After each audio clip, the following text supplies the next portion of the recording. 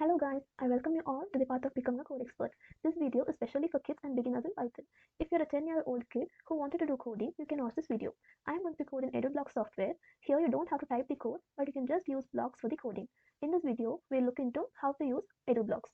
So first, open your browser and type EduBlocks and go to this page and click on the first website. Here it will ask you to register or sign in. Click on this. If you are a first time user, you'll have to register to this, else it will automatically get into the page. So now I'm going to create a project. So to create a project, click on this create project and give your project name. I'll give it as video and click on create. So if you want block programming, you can click this, and for text only, you can click this. I'm going to do block programming for beginners. So I'll click on this and click on create. So in this video, we'll go for a quick tour on the software. So here is where you'll find all the options: create project, home, projects, learn, classrooms, feedback, settings, and all. And now we'll see what are all the options available here. So the first one is import. So here are the import modules, that the modules will be importing for a function.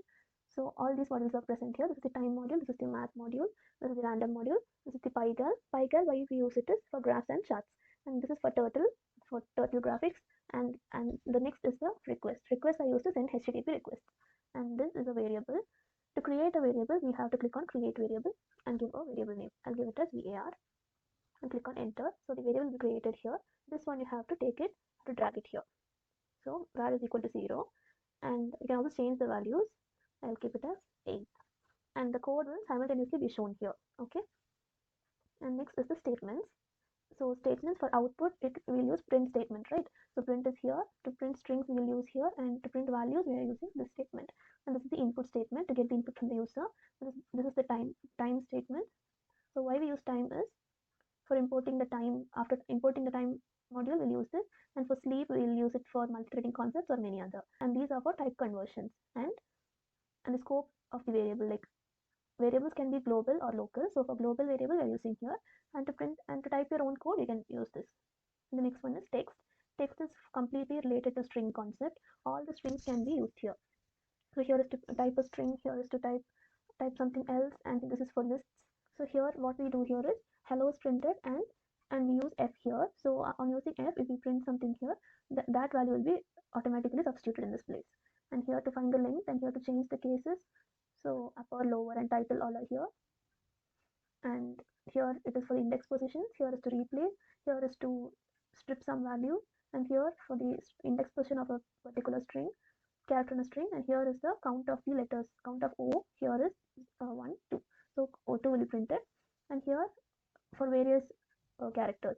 And here this is to use the find function will find whether the given letter here is present in the string or not. And here it will print where all these characters are present in the string. And this is the for the mathematical functions here. All the functions are present here, and to use all these functions you have to import the math module. And this is for if and else conditions. And here we can find the list. So the list is used here, and these are to use multiple values. This is for string, this is for integers, and this is the variable name, and the index will be used here. And this is to reverse the list, and this is to find the index of a character or a string, and this is to append something to a list.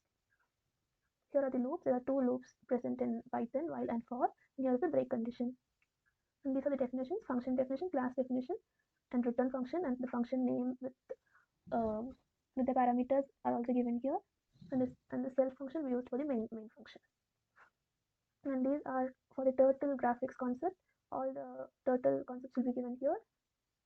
And now the graph. So for graph, what we do is we have imported the PyGal function, right? We should import the PyGal function, and then only should use this concept. And here is the title of the graph, and here is the label. That is, in each label what should be the components present, and here is for the x label, and this will be used for the y label. And next is the random. So to use all these we need a random module to be imported. And the next is the request. This is for the HTTP request concept. And so this is all about the software EduBlocks. In the further videos we'll look into the concepts and some practice in the EduBlock software. So thank you for watching this video. Hope you all understood this. Like my video. For any doubts you can ask me in the comments, and subscribe my channel for further videos. Thank you.